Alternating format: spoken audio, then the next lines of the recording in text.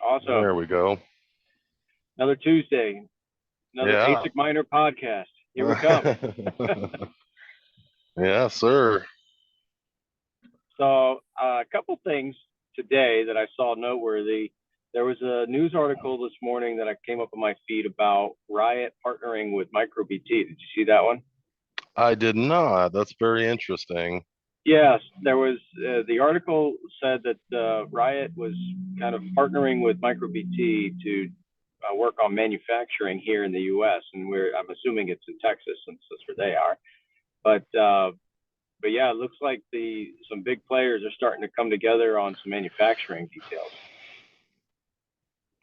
What do you Yeah, I see? also heard Riot just purchased a whole bunch of micro BT units that are supposedly being manufactured here in the US. I don't know if they're being manufactured or assembled and they're just claiming it's manufactured, but I do plan on asking around and seeing if that is true. Yeah, what do you think of that? What do you think of the big mining farms partnering with manufacturers here? Do you think this is a good trend, or what's your thoughts on it? Oh, well, definitely is needed in order to make it more of a acceptable, I guess, to most miners. I would think that they would want because that's the reason why a lot of people go with certain manufacturers. I know with the Bitmain, a lot of people wanted to just switch to Bitmain because there was only training done on Bitmain. So if it broke down, they can look around and find a repair tech that can, work on it. Some of the other ones like InnoSilicon, for example, not many people can actually work on them because they don't. There's not much information out there. So um, I don't know. I think all things are double-edged swords for sure. Yeah, I think that it's a net positive, uh, but I think it can't be missed that there's a certain level of now we'll call it consolidation of services, right? So now if big miners are partnering with manufacturers directly to produce hardware, um, this a decentralized narrative, I think, starts to get chipped away at a little bit. But I do think it's a net positive, and it just kind of it's a natural. I think it's a natural marriage, right? I mean, the big players that need equipment, looking for reliable source, go direct to the manufacturer. Manufacturing is there's a lot of incentives right now in the United States to develop manufacturing for PCBs in the semiconductor industry. So I think it's a natural extension, and definitely can't fault Riot for making that bold move. So I think you're right. It's double. I agree. It's a double-edged sword kind of thing. But it's gonna be interesting to see how the a separation of we'll call it a separation of church and state kind of continue if or if there's starts to be more of a blending between bigger guys, bigger mining operations and manufacturing. That's Well, going to that's be an why. interesting. That's probably why we're also seeing a lot of bigger kind of units coming out right now. Buying the ant box, and same thing with micro BT coming out with their immersion and hydro units. Makes it so that way you have to buy several units in order to get into the game for sure. Um, but it's also making it so that way the technology is a lot more advanced because they actually have a bigger scope of uh, data to pull from when it comes to sending out those units. So if they have, big companies like Riot, Marathon, MicroStrategy, whoever, a lot of the other guys out there, they can pull a lot of that data. So when they come out and create like the next model, they can try to, fix those faults.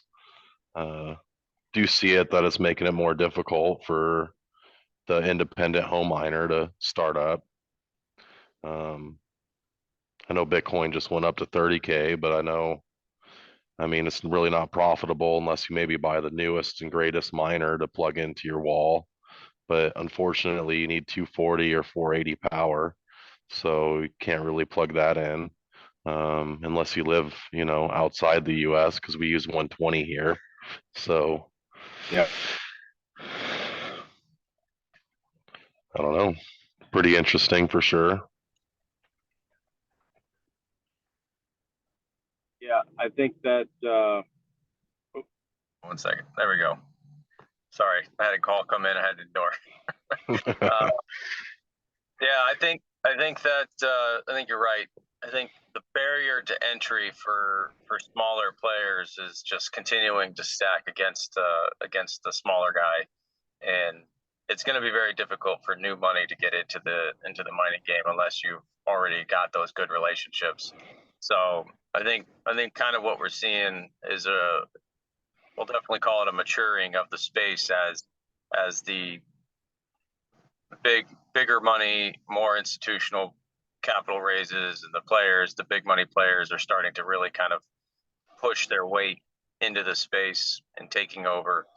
Um, yeah, it's going to be more and more difficult for retail smaller miners to really get into the game if they're even thinking about it. So, but I think there's going to be different options.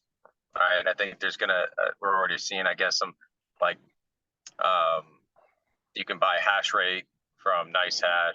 I think there's going to be other competitors to Nice Hash. We're probably going to start popping up where people can buy Yep. into that. I could see that. Yeah, it's interesting to see how the landscape is changing and how fast it's changing.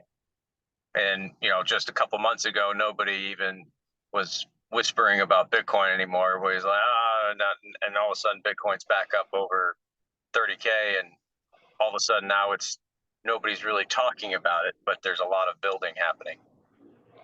And transaction fees have kind of gone up as well, so Yep. there's a lot more reward as well in that aspect. Yep. Um, and it is possible if Bitcoin, today or tomorrow hit 60, 70K, S9s will be brought back out. Um, then we got the halving as well. Yep. That's coming up. So, technically it would have to reach, 120,000 for S9s to really become profitable again. Um, Yeah. It's it's definitely interesting. the S9. Yeah, the lifespan of the S9, man. Those things keep going. I'd like to see them come back again. That would actually be pretty funny. But Indeed, indeed. Another interesting bit of news that I saw come out. I saw Dan Held posted that Prime Block just filed for bankruptcy, or Prime Trust. I'm sorry, Prime Trust just filed for bankruptcy. That they lost their private keys to, because they were acting as a custodian, and they lost the private keys to some of their clients back in 2021, and they've been kind of, oh boy. yeah, been buying down in dollar terms to kind of keep everybody happy. But yeah, how crazy is that? That you have one job, and that job is don't lose the private keys. Sorry, just got a random call. Yeah. Yeah, don't lose the private keys. It's your only job. That's why you go to a custodian, and then they lose your private keys. Yeah, that's what we teach for sure. You definitely want to have your own keys and keep them safe. Yeah. Yeah, you lose those or someone gets a hold of them, you're in big trouble. You let someone else take over those keys, and you're risking the chance of them spending your money or all of a sudden disappearing. And even then, always at risk. That's why, even cold storage can be kind of an issue, I think. Um, Yeah, I had a close friend of mine was robbed. He used an old Ledger wallet, hard wallet, and yeah, there was a mistake made years ago that somebody exploited. It drained his crypto accounts off his ledger. Yeah, it's it's not easy. It's definitely not easy. There's a lot of really bad people out there looking to take advantage of other people. Yeah, there's even companies like Ballet Wallet that are kind of cold storage, but at the same time, you're still trusting that company that they didn't take a look at that key at any point in time or got, a chance of someone else looking at that key while, they're putting that sticker back on there. There's, the manufacturer workers writing down, key numbers here and there. You don't know. Yeah, Um, you just even never even know. with yeah. So that's why I think diversification's definitely the best way to go. Never keep your money, never keep your eggs all in one basket. Just have multiple different kinds of wallets. Try them Yep. out, see which one works best for you. Also found that, even doing transactions from one wallet's more expensive than another at certain times. Certain exchanges are, Bitcoin's 30K and another exchange is 31K. So I mean, technically you could probably go in there and buy from one exchange, sell to the other exchange and make some money that way, but Yeah, it's a little got bit to of balance arbitrage. out, gotta balance out one way or another for sure. Yep. So tell me what you're excited about and what you're doing with your training courses. Oh, got a training coming up in mid-July next month.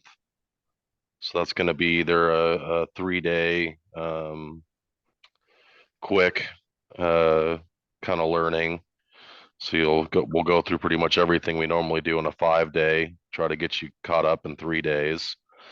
Same week, we're also going to provide a 5 day. So if you want to come out for, 5 days, you can, or if you can only come for like 3 days, you can do that as well.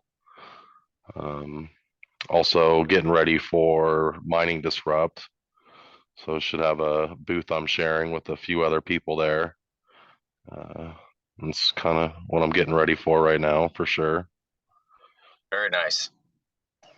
So, what we're really excited about here is we're continuing to dial in our systems so that we can offer a continue to expand our operations, right? So we're looking to expand into new locations, into new states. Right now, we're in Florida. We're trying to gauge where our next step is as far as where's the greatest needs for repair centers and where we can start building out local talent and really going after and expanding into new regions that need help or underutilized or underserviced, we'll say, for repair. And we're excited about bringing our systems and our operating procedures and just trying to bring more brand awareness for Orion and Taurus into new areas that need help. So that's really what we're excited about. That's awesome. Very cool. So yeah, let's just recap. Where can people find you, Austin? You can find me on just about any kind of social media as Crypto Miner CHR. Um, it's probably the easiest way to find me. Telegram, WhatsApp, Twitter, that kind of thing. Excellent. I'm following you on Twitter, and I see you got the blue check mark. I need to get the blue check mark for me. I finally got it. I got it because I wanted to be able to like edit my past posts and stuff, but it looks like they haven't kind of fixed that feature yet. So, and they just upped the price too. So it was $8. I was about to get it. Now it's $11. So I'm like, Oh man, whatever. Thank you, Elon. thank you. Yeah, he's got to make his money back. So, but yeah, we can be found at orionandtaurus.io or info@orionandtaurus.io is our channel, sales channel, and we can follow both Austin and myself on YouTube. Orion and Taurus is mine, my YouTube channel, and yeah, we're here and we're looking to help our community. Yeah, I also got a lot of other stuff in the works as well. So I already have all the different equipment that you would need to get started in the Asic repair. So I got basic kits all the way up to advanced kits available. We're also getting ready to launch a whole bunch of different kind of parts kits. So that way, if you want to repair, S19 series, boom, there's all the parts you need, that kind of thing. So I'm working with a few other people trying to get that going. Excellent. Much needed. Much needed. Yeah, definitely. All righty, sir. Well, I think it's a good weekly podcast for us.